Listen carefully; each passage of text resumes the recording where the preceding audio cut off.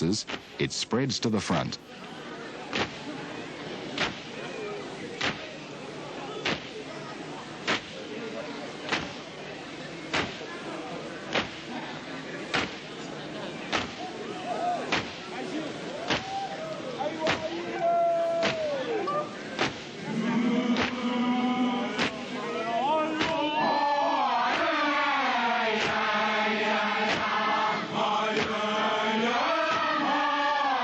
At odd intervals, an actor, there is no better description for his role, mimes the words of the song.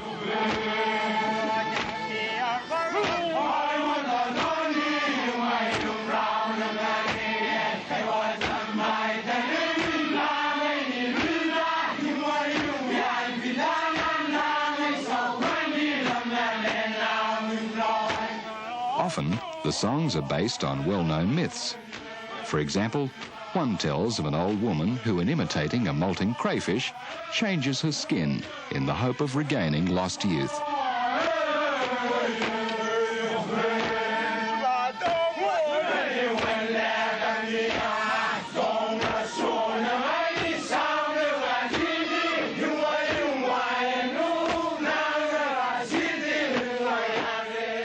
Strangely, on an isolated island in the South Pacific, where Western influence stretches only as far as the odd T-shirt and transistor radio, modern themes are used too, such as fixing a car, carpentry and European-style boxing.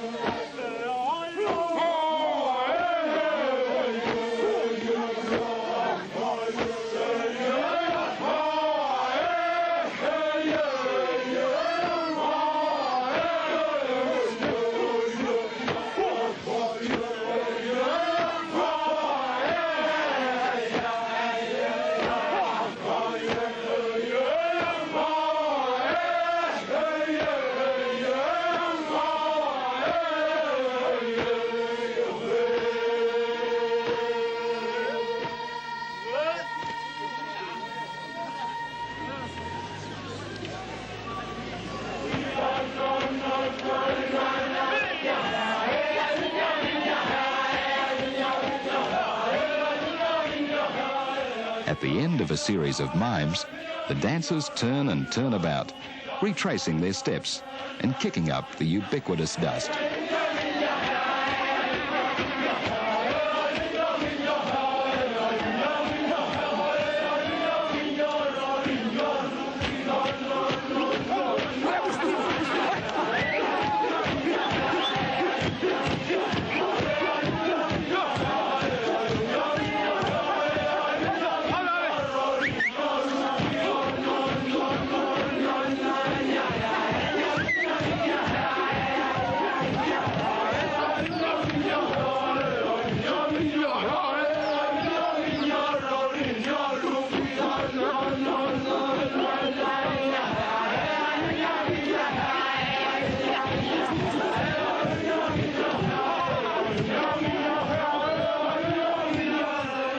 They cover the whole arena in this way before taking their leave. The visitors have made their presentation. Now it is up to the hosts to follow suit.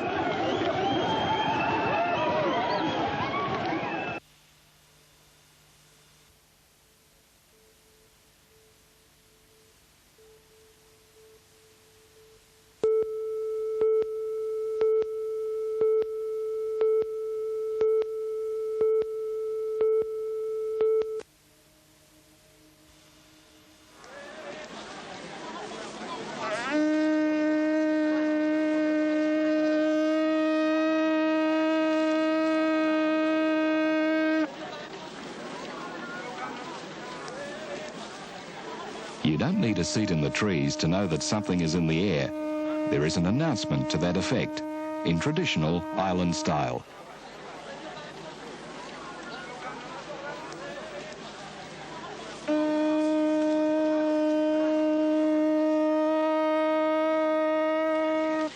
The host group march proudly onto the scene. In reply to the TOKA dance by the visitors, they will shortly perform their dance, called the Now. This is their moment of glory. But the pole they are carrying suggests another ritual must first be performed. The long ceremonial pole, the queria, is constructed from the central ribs of cocoa leaves, which are then strung together. It is topped with black and white chicken feathers. It signifies an historic event is about to take place.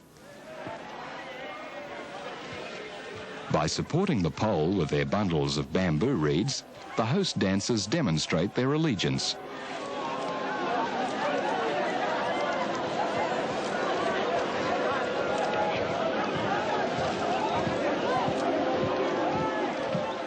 There is an electrifying effect on those not directly involved. Everyone from dancers to spectators throng onto the arena. Enthusiastic women find the strength to show their approval.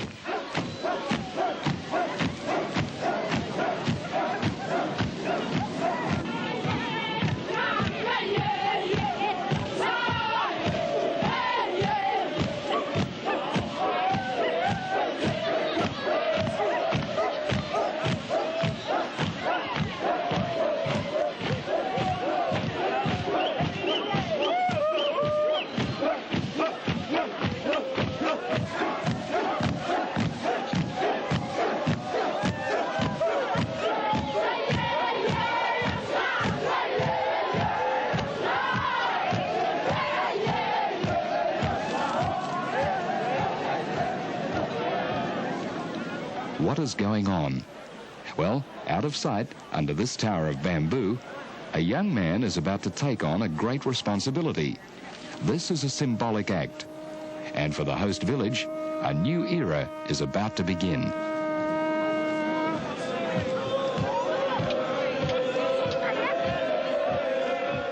As this unique ceremony builds to a climax, the arena becomes one large mass of people, giving support vocally and otherwise.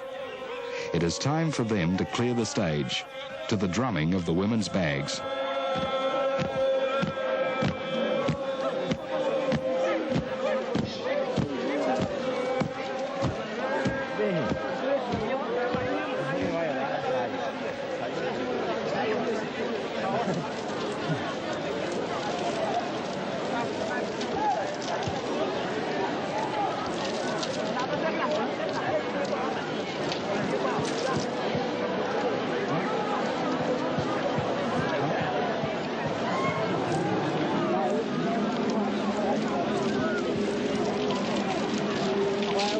In a shuffling movement, the tower turns and power changes hands.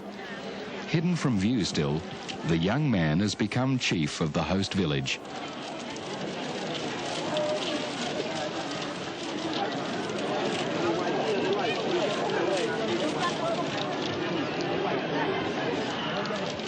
His father has relinquished his rule. In years to come, the decision whether or not to stage future Nikoyas will rest with his son. This was an act of proclamation.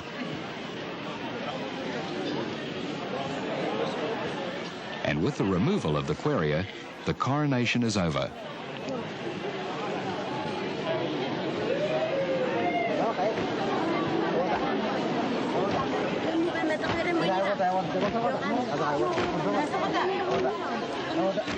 It's back to the energetic business of dancing. The host groups swing into the now typical stamping of feet to set the rhythm.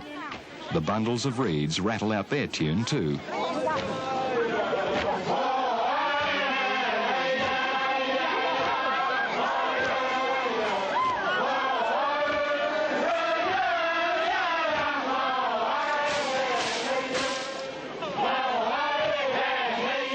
This dance, the now, is not dissimilar in form to the TOKA.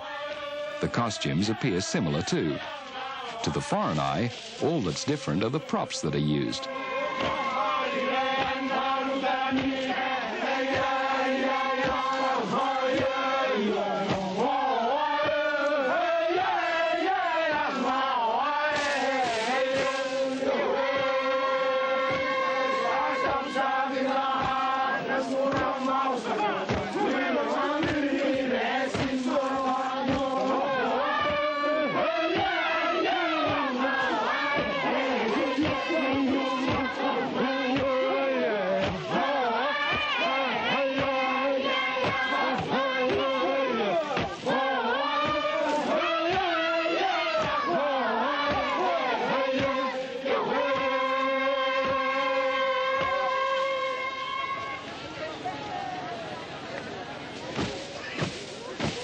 Without apparent warning, one of the dancers dashes out and cuts a path through the onlookers. He runs in the direction of the visiting group's home.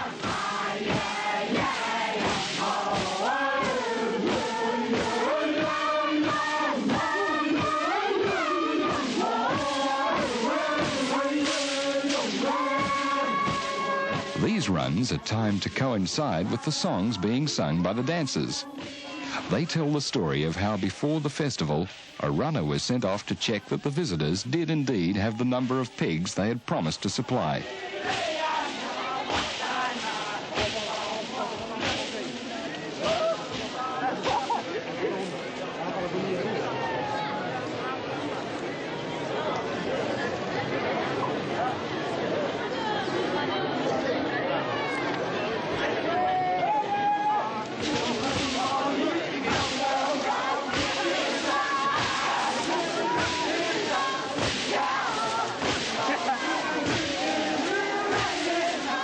The banging of upended reeds on the ground heralds the start of another dance set. During these dances, those who have already displayed their expertise look on closely. So did the wives and daughters of the performers.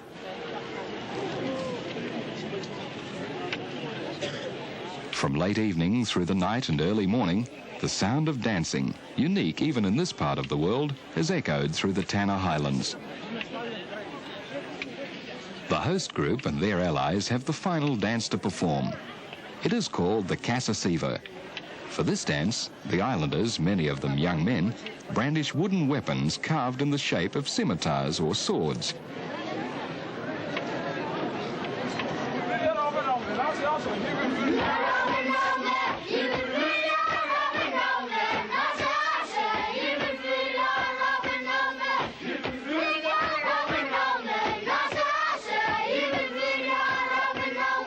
There has been dancing on this clearing, no bigger than a large football field, for almost 12 hours. Seemingly, the number of spectators has increased. Under the continual pounding of feet, the earth has become powder, rising up as dust.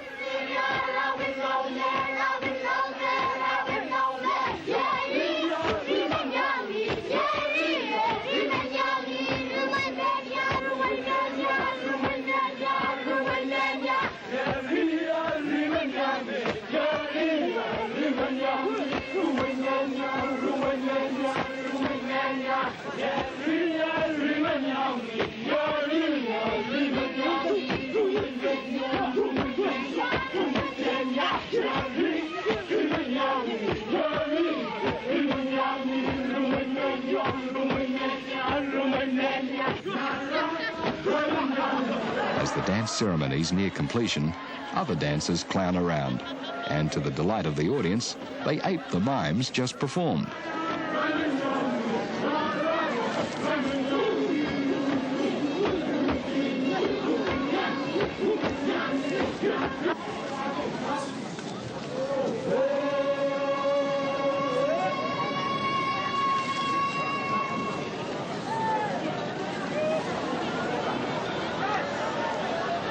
The dancing finished, the dust settled, movement slows.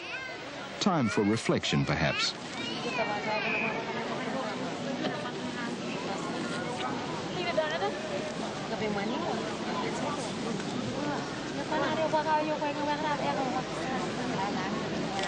The festival is far from over. There are more serious things to come.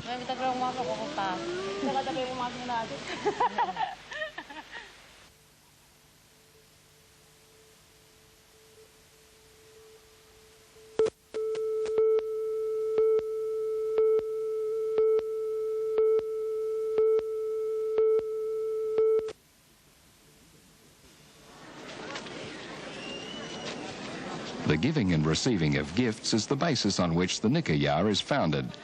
It is a custom performed with formality, an agreed exchange whereby the donor expects and gets an equivalent gift in return.